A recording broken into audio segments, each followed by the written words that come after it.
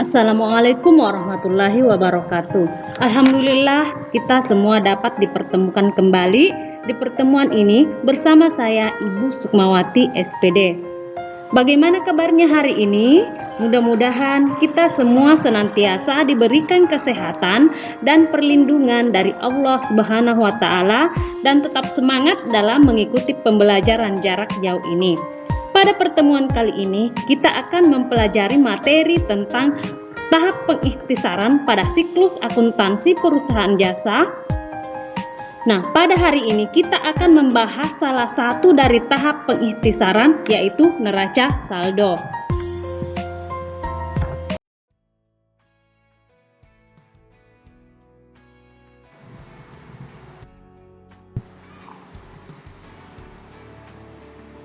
Adapun tujuan pembelajaran kita pada hari ini, setelah mengikuti kegiatan pembelajaran melalui pendekatan saintifik dengan menggunakan model pembelajaran problem-based learning, peserta didik mampu menganalisis penyusunan siklus akuntansi perusahaan jasa pada tahap pengikhtisaran, khususnya neraca saldo, dan menyusun neraca saldo sederhana pada perusahaan jasa dengan penuh tanggung jawab, disiplin, toleransi, dan mandiri.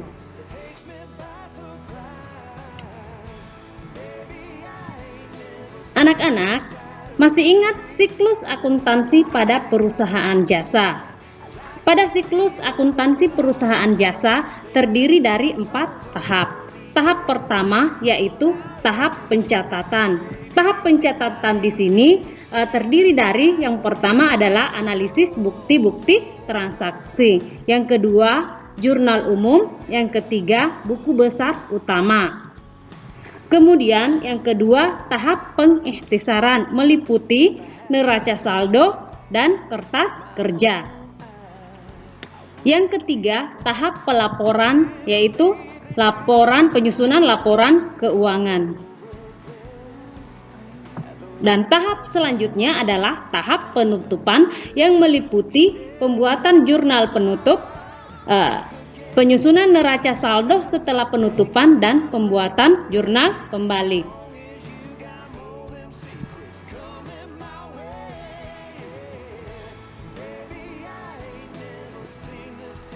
Pada kesempatan kali ini kita akan mempelajari tentang tahap pengikhtisaran pada siklus akuntansi perusahaan jasa, dan salah satunya adalah neraca saldo. Jadi setelah menyusun buku besar, itu saldo-saldo yang ada di buku besar dimasukkan ke dalam neraca saldo.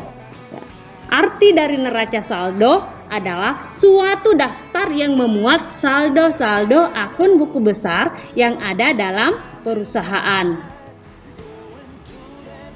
Kapan dibuat neraca saldo? Neraca saldo dibuat pada akhir periode setelah posting transaksi dari jurnal umum ke buku besar selesai. Apa tujuan dari neraca saldo? Tujuan dari neraca saldo yaitu neraca saldo disusun untuk menguji kesamaan jumlah debit dan jumlah kredit dalam buku besar. Tujuan yang kedua, untuk mempermudah penyusunan laporan keuangan. Bagaimana bentuk format neraca saldo? Jadi, apabila kita mau membuat format dari neraca saldo, yang pertama kita harus membuat judul.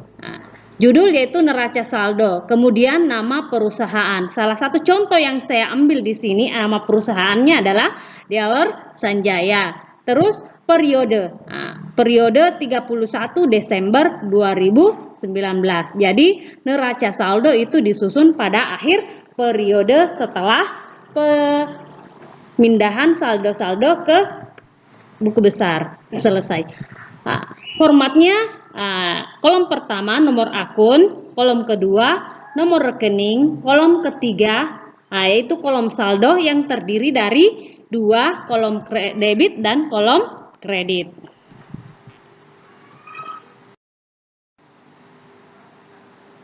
Bagaimana prosedur penyusunan neraca saldo? Yang pertama, tentukan saldo akun paling mutakhir dan posisi debit atau kredit masing-masing. Yang kedua, tuliskan nama masing-masing akun pada neraca saldo menurut urutan tertentu atau sesuai dengan nomor akun atau kode akun jika ada. Tuliskan juga nomor akun tersebut pada kolom nomor akun. Yang ketiga, pindahkan saldo masing-masing akun buku besar ke kolom debit atau kredit pada neraca saldo sesuai dengan posisi masing-masing akun tersebut pada buku besar. Yang keempat, jumlahkan saldo debit pada kolom debit dan saldo kredit pada kolom kredit.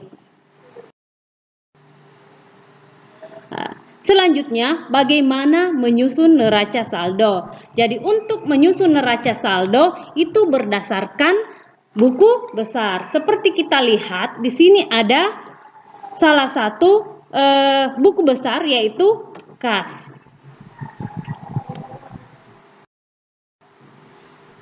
Buku besar yang kedua dengan kode rekening 112 yaitu piutang. Yang ketiga, perlengkapan. Yang keempat, peralatan. Yang kelima, utang usaha. Yang keenam, modal. Yang ketujuh, prai. Yang kedelapan, pendapatan jasa. Yang kesembilan, beban gaji. Yang kesepuluh, beban sewa. Yang kesebelas, beban kebersihan dan keamanan. Berdasarkan buku besar tersebut, ya mari kita melihat bagaimana caranya membuat neraca saldonya. Ya, seperti kita lihat kolom neraca saldo. Di sini neraca saldo yang akan dibuat adalah neraca saldo dari Salon Dewi Cantika periode Juli 2020. Nomor akun, nama akun, debit dan kredit itu disesuaikan dengan akun-akun yang ada pada buku besar.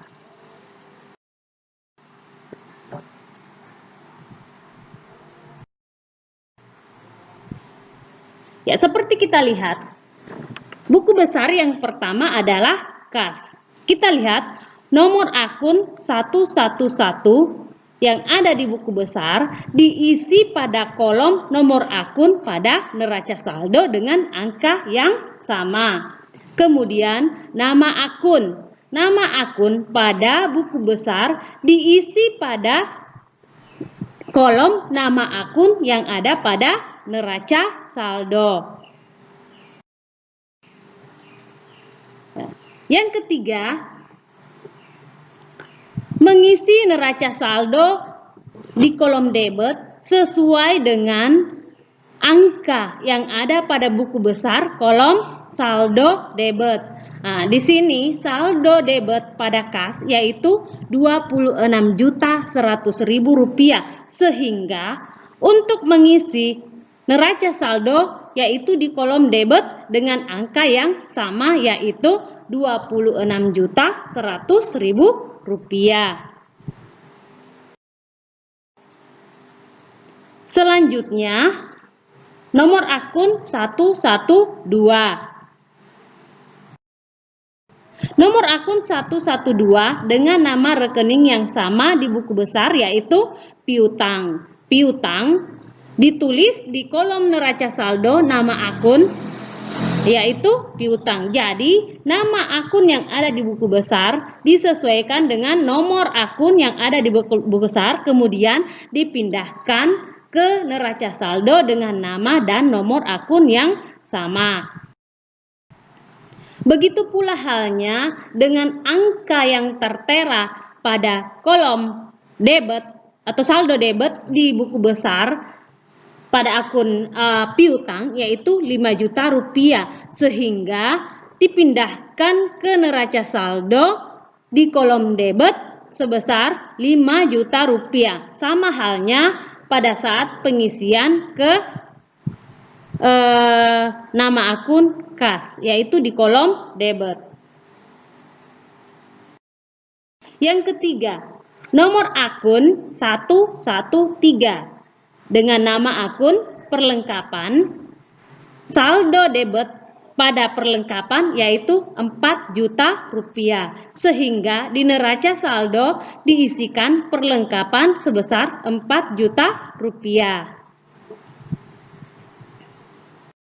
Selanjutnya dengan nomor akun 121, nama akun peralatan dengan jumlah 5 juta rupiah sesuai dengan saldo debit pada buku besar peralatan. Selanjutnya utang usaha dengan nomor akun 211 dengan jumlah 11 juta rupiah pada kolom saldo kredit pada buku besar utang usaha. Karena di buku besar utang usaha bersaldo kredit, sehingga neraca saldo untuk utang usaha diisikan pada kolom kredit sebesar 11 juta rupiah, yaitu 20 juta rupiah. Selanjutnya, Prive dengan nomor akun 312. Nah, Prive bersaldo debit sebesar 2 juta rupiah, sehingga yang diisikan di kolom neraca saldo untuk Prive adalah kolom debit sebesar 2 juta rupiah. Yang selanjutnya nomor 411 dengan nama akun pendapatan jasa sebesar 15 juta rupiah di kolom kredit. Karena di buku besar pendapatan jasa saldo kredit sebesar 15 juta rupiah.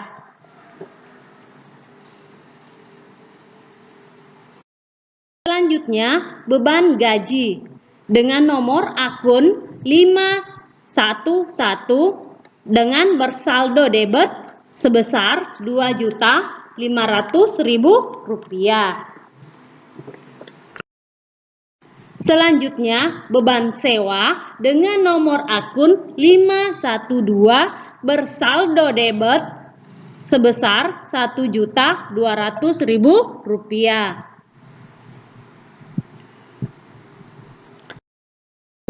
Beban kebersihan dan keamanan dengan nomor akun 513 bersaldo debit sebesar 200.000 rupiah.